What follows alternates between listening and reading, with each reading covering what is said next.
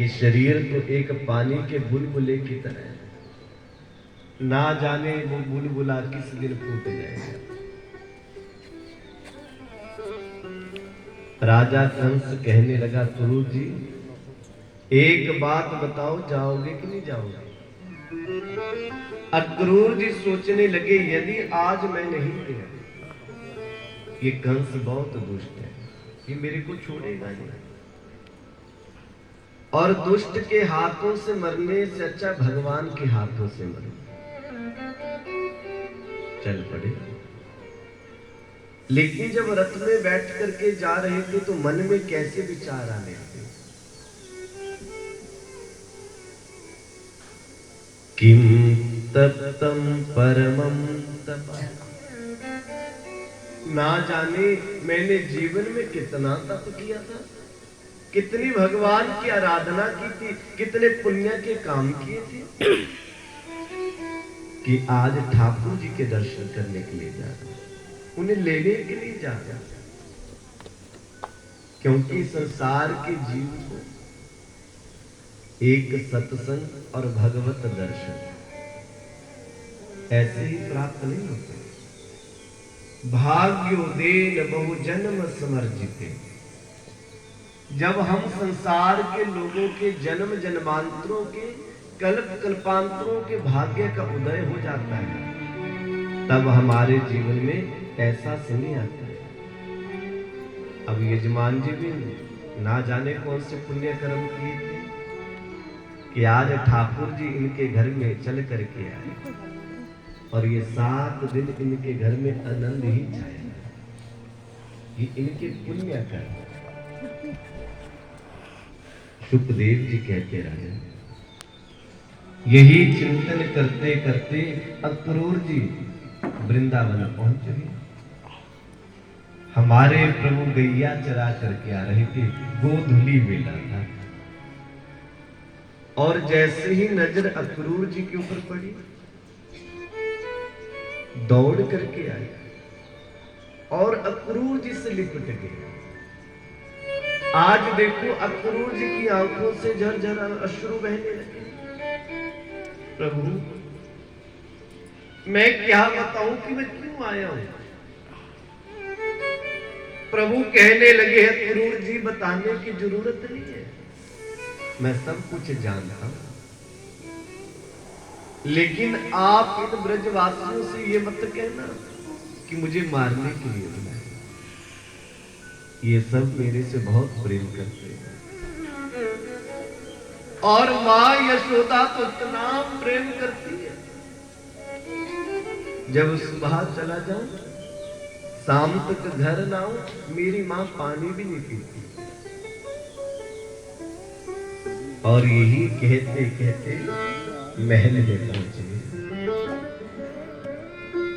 रात्रि को सभी भोजन कर रहे थे, नंद बाबा बोल पड़े, अक्रूर जी तुम क्यों आए? और भक्तजनों, आज अक्रूर जी के मुख से निकल गया कि राजा कंस ने एक बहुत बड़े मल्ल युद्ध का आयोजन किया है, बलराम कन्हैया को बुलाया है, वे लेने के लिए आए। मां यशोदा भोजन कर रही थी। जैसे ही मां यशोदा ने सुना कि भोजन की थाली छूट गई, अक्रूर जी अगर मेरे प्राण चाहिए तो मेरे प्राण ले लो, बलराम कन्हैया को मेरे से अलग मत करो।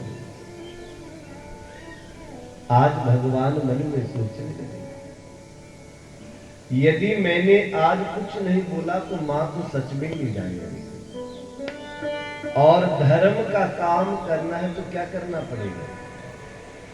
कल बताया क्या करना पड़ेगा? त्याग करना पड़ेगा। मां मैं परसों चलाऊंगा, आप हमें कहीं जाने नहीं देते, आप चिंता मत करो, मैं परसों आ जाऊंगा। और यही कहकर के प्रभु वहां से चले गए। कृपया पंखे बंद कर दो। देखो सारा धुआं इधर ही है। बोलिए भक्त वत्सल भगवान की। माँ मैं परसों चला हूँ, यही कह करके प्रभु कक्ष में सोने के लिए चले और अर्धरात्रि को मां के कक्ष में गए तो क्या देखा, आज मां यशोदा बिस्तर पर नहीं थी। अब ढूंढने लगे मां को। मां महल के एक खंभे के पास बैठी है, रोए जा रही है। और प्रभु मां की गोदी में बैठ करके अपने नन्हे नन्हे हाथों से उस मां के आंसुओं को पोंछ ले। मां मैं परसों तो चलाऊंगा, लेकिन कहते हैं मां तो मां होती है। एक मां का दुख एक मां ही समझ सकती है। क्या होती है मां? मां एक संवेदना है, मां एक भावना है, मां रोते हुए बच्चे का पलना है। मां है तो सब कुछ है, मां नहीं तो सब कुछ होते हुए कुछ भी नहीं है। पर ये पता कब चलेगा? जब वो मां हमें छोड़ करके चली जाती है। एक गांव में एक मां जिसके दो छोटे छोटे बच्चे, पति रहे और आज घर की स्थिति ऐसी, ढंग का घर रहने के लिए नहीं, खाने के लिए घर में कुछ नहीं। वही मां लोगों के घर जा जा करके जूठे बर्तन धोती, वस्त्र धोती, झाड़ू पोछा लगाती, और लोग जो कुछ दे देते उसी से अपने घर का गुजारा करते। कहते ना जाने कितने दिन वो मां भूखी सो गई, लेकिन अपने बच्चों को भूखा नहीं सुलाया। और वही मां किसी के घर काम करने गई और कोई व्यक्ति उस मां को खाने के लिए कोई मिठाई दे देता है, वो मां स्वयं नहीं खाती। क्यों? मेरे घर में मेरे दो छोटे छोटे बच्चे, वो मां अपने ही दुपट्टे के कोने में बांध करके लिया। अगर बीमार होती, दवाई लाने के लिए पैसे नहीं होते उस मां के पास, वैसे ही सो जाती, लेकिन बच्चों की इच्छाओं को पूर्ण किया। और वही बच्चे बड़े हुए, कमाने के लायक हुए, उन बच्चों ने 3 मंजिल का मकान बनाया। एक मंजिल में एक बेटा रहने लगा, दूसरी मंजिल में दूसरा, और आज उन दोनों भाइयों ने उस मां को बांट दिया। हे भाई, 30 दिन तेरे घर भोजन करेगी और 30 दिन मेरे घर। एक मां ने 2 बच्चों को पाल दिया, लेकिन आज 2 बच्चे उस मां को नहीं पाल पा रहे, भोजन तक नहीं दे पा रहे। और कहते हैं जो महीना 31 दिन का होता था, उस दिन उस मां को भूखा भी सोना पड़ता था। बीमार रहती, दवाई के लिए कोई नहीं पूछता उस मां को, रोती वो मां। जिन बच्चों के लिए मैंने पूरा शरीर ही खराब कर दिया, दिन रात जिन बच्चों के बारे में सोचा, आज वही बच्चे भोजन तक नहीं दे पा रहे। बहुत रोती वो मां। और एक दिन वही दोनों भाई पत्नियों के साथ घूमने के लिए चले।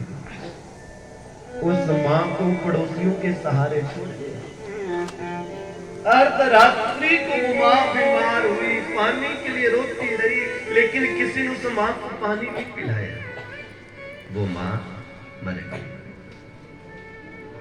क्या होती है मां? पूछना उस बच्चे को जिस बच्चे के पैदा होते मां मर चुकी है। और वही बच्चा जब दूसरे बच्चे को मां बोलता हुआ सुनता है ना, पूछना उस बच्चे के दिल पर क्या बीतती है।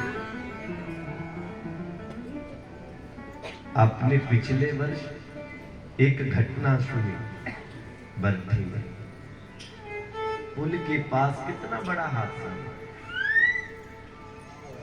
और 2 बच्चे बचे, लेकिन उन्हीं 2 बच्चों के सामने उनकी मां मर गई। अब आप सोचो, जब वही बच्चे घर में बैठे हैं और पास वाले बच्चे अपनी मां को बार बार पुकारे, आवाज लगाए,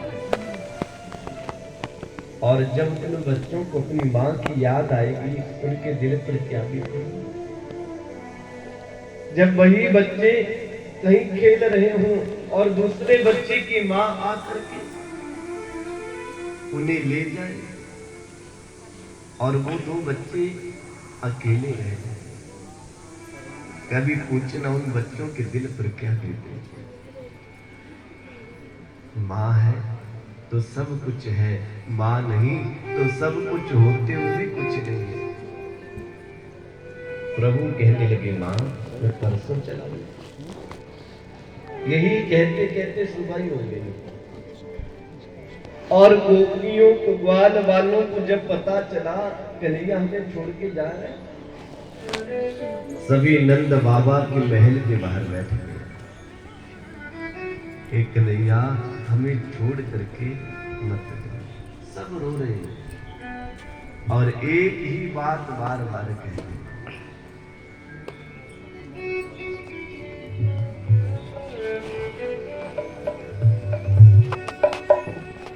न जाओ श्याम मथुरा जो, तेरे बिना दिल नहीं लगता। न जाओ श्याम